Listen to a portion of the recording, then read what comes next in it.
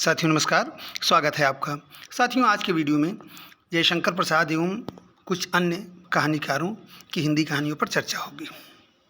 साथियों आपकी परीक्षा की दृष्टि से बहुत ही महत्वपूर्ण तथ्यों का संकलन किया गया है। जो भी साथी TGT, PGT, net, JRF, assistant professor, LT grade, GIC प्रवक्ता परीक्षा की हिंदी विशेष तैयारी कर रहे हैं, उनको ध्यान में रखते हुए सभी महत्वपूर्ण तथ्य जो भी कहानीकार यहाँ संकलित किए गए हैं, उनसे जो भी प्रश्न बन सकते हैं, कोशिश की गई है कि वह सभी तथ्य छूटने न पाएँ। तो चलिए आज की चर्चा शुरू करते हैं। साथियों जो भी मित्र, जो भी साथी चैनल पर नए हैं, प्लीज़ चैनल को सब्सक्राइब जरूर करें और बेल आइकन बटन दबा दें, जिससे आपको हमारे प्रत्येक वीडियो का अपडेट मिलता रहे। ठीक है, तो चलिए आज की चर्चा शुरू करते हैं। देखते हैं सबसे पहले हम जयशंकर प्रसाद को। प्रसाद जी मूलतः छायावादी कवि हैं, किंतु उन्होंने हिंदी गद्य के क्षेत्र में नाटक और उपन्यास के साथ ही कहानी के विकास में भी महत्वपूर्ण योगदान दिया है। प्रसाद जी की चेतना राष्ट्रवाद एवं सांस्कृतिक आदर्शवाद जैसे तत्वों से निर्मित है, इसलिए देश प्रेम जैसे विषय उनकी कहानियों के केंद्र में हैं। प्रसाद जी का यह महत्व है कि उन्होंने पहली बार सामाजिक यथार्थ पर केंद्रित परंपरा के भीतर मानसिक यथार्थ के महत्व को उभारा। प्रसाद जी की पहली कहानी, बहुत महत्वपूर्ण तथ्य, इसको ध्यान से देखिए। प्रसाद जी की पहली कहानी ग्राम है। यह इंदु पत्रिका में 1911 ईस्वी में प्रकाशित हुई थी। प्रसाद की अंतिम कहानी सालवती को माना जाता है। ठीक है, इंदु पत्रिका में प्रकाशित हुई थी। यह तथ्य परीक्षा में अनेक बार पूछा जा चुका है। प्रसाद जी की पहली कहानी ग्राम किस पत्रिका में प्रकाशित हुई थी, यह प्रश्न अनेक बार परीक्षा में पूछा जा चुका है। आगे अभ्यास सेट में हम आपको इसको देंगे भी। 1912 ईस्वी में प्रसाद जी का प्रथम कहानी संग्रह छाया प्रकाशित हुआ। छाया हिंदी का भी प्रथम कहानी संग्रह है। प्रसाद जी की रसिया बालम, तानसेन, ग्राम आदि कहानियों पर बांग्ला कहानी शैली का प्रभाव है। ठीक है, अब आइए देखते हैं प्रसाद जी के प्रमुख कहानी संग्रह। प्रसाद जी के प्रमुख कहानी संग्रह है साथियों छाया, प्रतिध्वनि, आकाशदीप, आंधी, इंद्रजाल। अब यहाँ आइए देखते हैं प्रसाद जी की जो बहुत महत्वपूर्ण कहानियाँ, जो बहुत चर्चित हैं, परीक्षा के दृष्टि से बहुत उपयोगी हैं, उनके विषय क्या हैं। इनकी एक कहानी है देवदासी। देवदासी कहानी में देवदासियों की व्यथा और धार्मिक दुष्चक्र का चित्रण किया गया है। दूसरी बहुत महत्वपूर्ण कहानी इनकी देवरथ, बौद्ध धर्म की शाखा वज्रयान की कुरूपता का इसमें चित्रण किया गया है। विराम चिन्ह, विराम चिन्ह कहानी में धार्मिक स्थलों पर अछूतों के निषेध की समस्या का चित्रण है। संदेश, इसमें दाम्पत्य प्रेम के आदर्श रूप का चित्रण किया गया है। बंजारा, बंजारा कहानी में पुलिस का अत्याचार का चित्रण और पैसे के महत्व को प्रतिपादित करती हुई ये यथार्थवादी कहानी है। मधुआ, आकाशदीप और पुरस्कार, इन तीनों कहानियों में कर्तव्य और वैयक्तिक प्रेम का अंतर्द्वंद में कर्तव्य के आगे प्रेम के त्याग का आदर्श स्थापित किया गया है। ठीक है, और गुंडा, बहुत चर्चित, परीक्षा की दृष्टि से बहुत महत्वपूर्ण गुंडा कहानी, ईस्ट इंडिया कंपनी द्वारा शासित भारत का परिवेश इसमें चित्रित किया गया है। प्रसाद जी की आपकी परीक्षा की दृष्टि से जो अन्य महत्वपूर्ण कहानियाँ उसको देख लेते हैं। प्रायः चूँकि ऐसे भी प्रश्न बनते हैं कि यह कहानी किसकी है। ठीक है, तो मधुआ, ममता, नूरी, बिसाती, घीसू, चूड़ी वाली, छोटा जादूगर, आग, चंदा, गुलाम, रसिया बालम, पत्थर की पुकार, उस पार का योगी, खंडहर की लिपि, स्वर्ग के खंडहर में। ठीक है, एक कथन देख लेते हैं।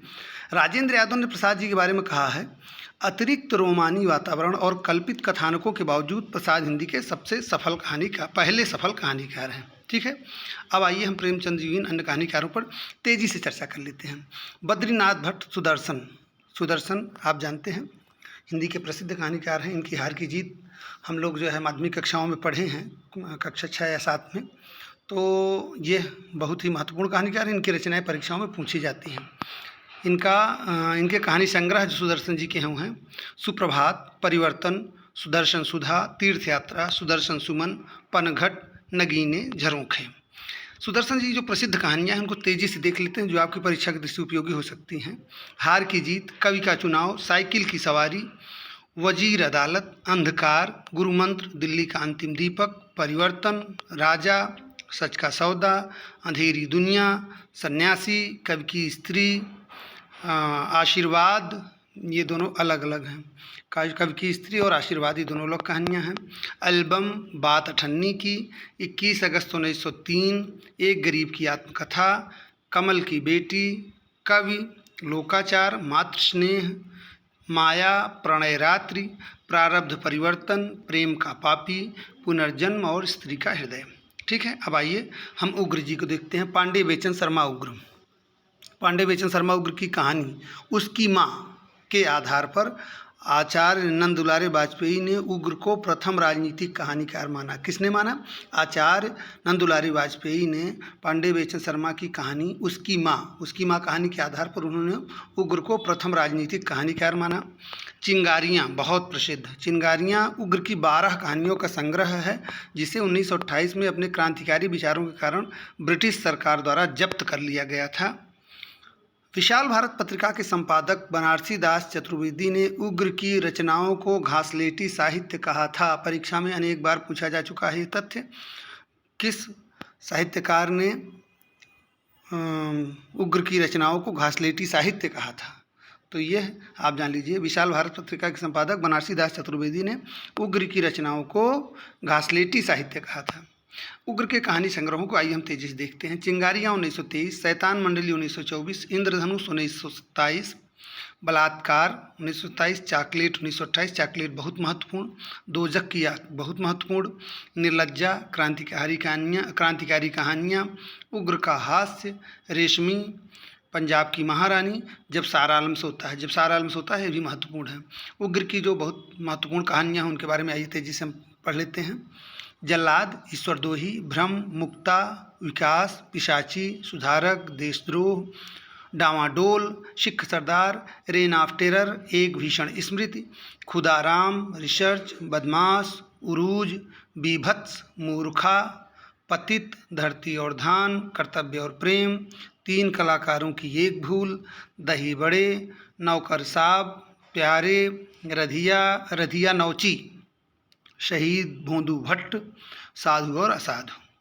आइए विनोद शंकर व्यास को देखते हैं। विनोद शंकर व्यास के प्रमुख कहानी संग्रह हैं नव पल्लव, तूलिका, भूली बात, मणिदीप, नक्षत्रलोक और 80 कहानियाँ। अब कौशिक जी की बात करेंगे। कौशिक जी आपकी परीक्षा के दृष्टि से बहुत महत्वपूर्ण। कौशिक जी की कहानियों में पारिवारिक जीवन की समस्याओं और उनके समाधान का सफल प्रयास हुआ है। उनकी कहानियों के पात्र हमारे जीवन के जीते जागते लोग हैं। इनका प्रथम कहानी संग्रह रक्षाबंधन 1913 ईस्वी में प्रकाशित हुआ था, जिसमें भक्त की टेर, पत्रकार, प्रतिहिंसा, सहचर, हवा, आविष्कार, कथा, कार्यकुशलता, ऊँटर, मद, हिसाब किताब, प्रमीला, वशीकरण, कम्युनिस्ट सभा, वैषम्य, भक्षक रक्षक, चलते फिरते, वाह रे होली, अवसरवाद, रक्षाबंधन, मनुष्य, स्वयंसेवक, मूछें, विजयदशमी, ये लगभग 24 कहानियाँ इसमें संकलित हैं। इनके अन्य कहानी संग्रहों की बात करते हैं। गल्प मंदिर, चित्रशाला भाग 1, चित्रशाला भाग 2, कल्लोल, प्रेम प्रतिमा और मणिमाला। चित्रशाला भाग 1 1924 में प्रकाशित हुआ था, चित्रशाला भाग 2 1929 में प्रकाशित हुआ था। प्रेम प्रतिमा, मणिमाला, इनकी 2 कहानियाँ बहुत प्रसिद्ध हैं, ताई और भाभी का बंदर। ठीक है। अब रायकृष्ण दास की बात करते हैं। रायकृष्ण दास के 3 कहानी संग्रह हैं, अनाख्या 1929, सुधांशु 1929 और आँखों की थाह तथा अन्य कहानियाँ। ठीक है। राहुल सांकृत्यायन जी के कहानी संग्रह हैं, सतमी के बच्चे, बोलगा से गंगा, कनैला की कथा और बहुरंगी मधुपुरी। ठीक है। शिवपूजन सहाय, भाषा के जादूगर। शिवपूजन सहाय की 2 कहानी संग्रह महिला महत्व 1922 में प्रकाशित हुआ और कहानी का प्लाट 1928 में। ठीक है। अब पद्मलाल पुन्नालाल बख्शी जी के कहानी संग्रह हैं अंजलि, झलमला, कनक रेखा। झलमला परीक्षा में बहुत बार पूछा जा चुका है, ध्यान से देख लीजिए। झलमला का प्रकाशन वर्ष 1934, कनक रेखा का प्रकाशन वर्ष 1961। चंडी प्रसाद हृदय के 2 कहानी संग्रह नंदन निकुंज और वनमाला। भगवती प्रसाद वाजपेयी के कहानी संग्रह हैं मधुपर्क, दीपमालिका, पुष्करिणी, हिलोर, खाली बोतल, मेरे सपने, ज्वार भाटा, कला की दृष्टि, उपहार, अंगारे, उतार चढ़ाव। जनार्दन प्रसाद झा द्विज, इनके कहानी संग्रह हैं किसलय, मालिका, मृदुदल, मधुमयी। ठीक है। चंद्रगुप्त विद्यालंकार के एकमात्र कहानी संग्रह चंद्रकला। ठीक है।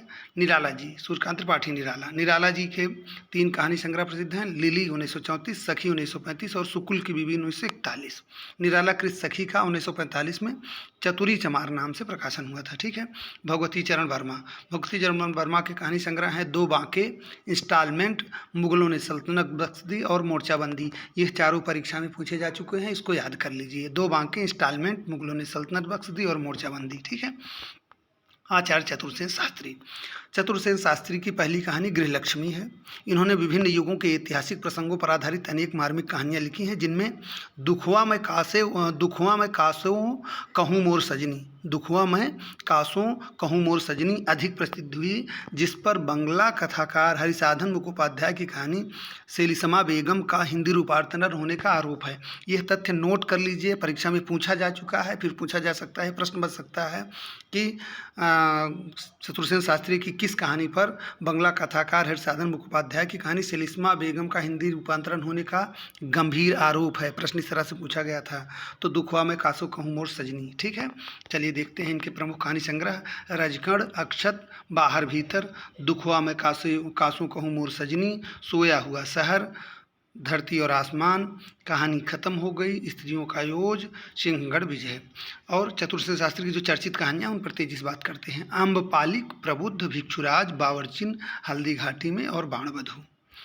मैथिली शरण गुप्त ने 2 पद्यबद्ध कहानियाँ लिखी थी, नकली किला और 99 का फेर। बहुत ध्यान से देखिए, मैथिली शरण गुप्त बहुत बड़ा नाम, बड़े नाम से छोटी रचनाएं, छोटी बातें जरूर पूछी जाती हैं। टीजीटी 2021 में आपने देखा होगा कि भारतेंदु जी की हिंदी भाषा पुस्तक पूछी गई थी, जो कि प्रायः चर्चित नहीं रहती है ना, उसका प्रकाशन वर्ष पूछा गया था। तो बड़े लेखकों, बड़े कवियों, बड़े साहित्यकारों की छोटी छोटी आप जरूर ध्यान से देखिए। मैथिली शरण गुप्त ने 2 पद्यबद्ध कहानियाँ लिखी थी, नकली किला और 99 का फेर। सुमित्रा नंदन पंत ने पानवाला कहानी लिखी थी। पानवाला बहुत बार परीक्षा में पूछा जा चुका है, मुझे लग रहा है ये आपको पता भी होना चाहिए। तो साथियों, आज की वीडियो में इतना ही। उम्मीद करता हूँ आज का वीडियो, आज का तथ्यों का संकलन आपको पसंद आया होगा। मिलते हैं अगले वीडियो में प्रेमचंदोत्तर युगीन हिंदी कहानीकारों के साथ। तब तक के लिए धन्यवाद, नमस्कार।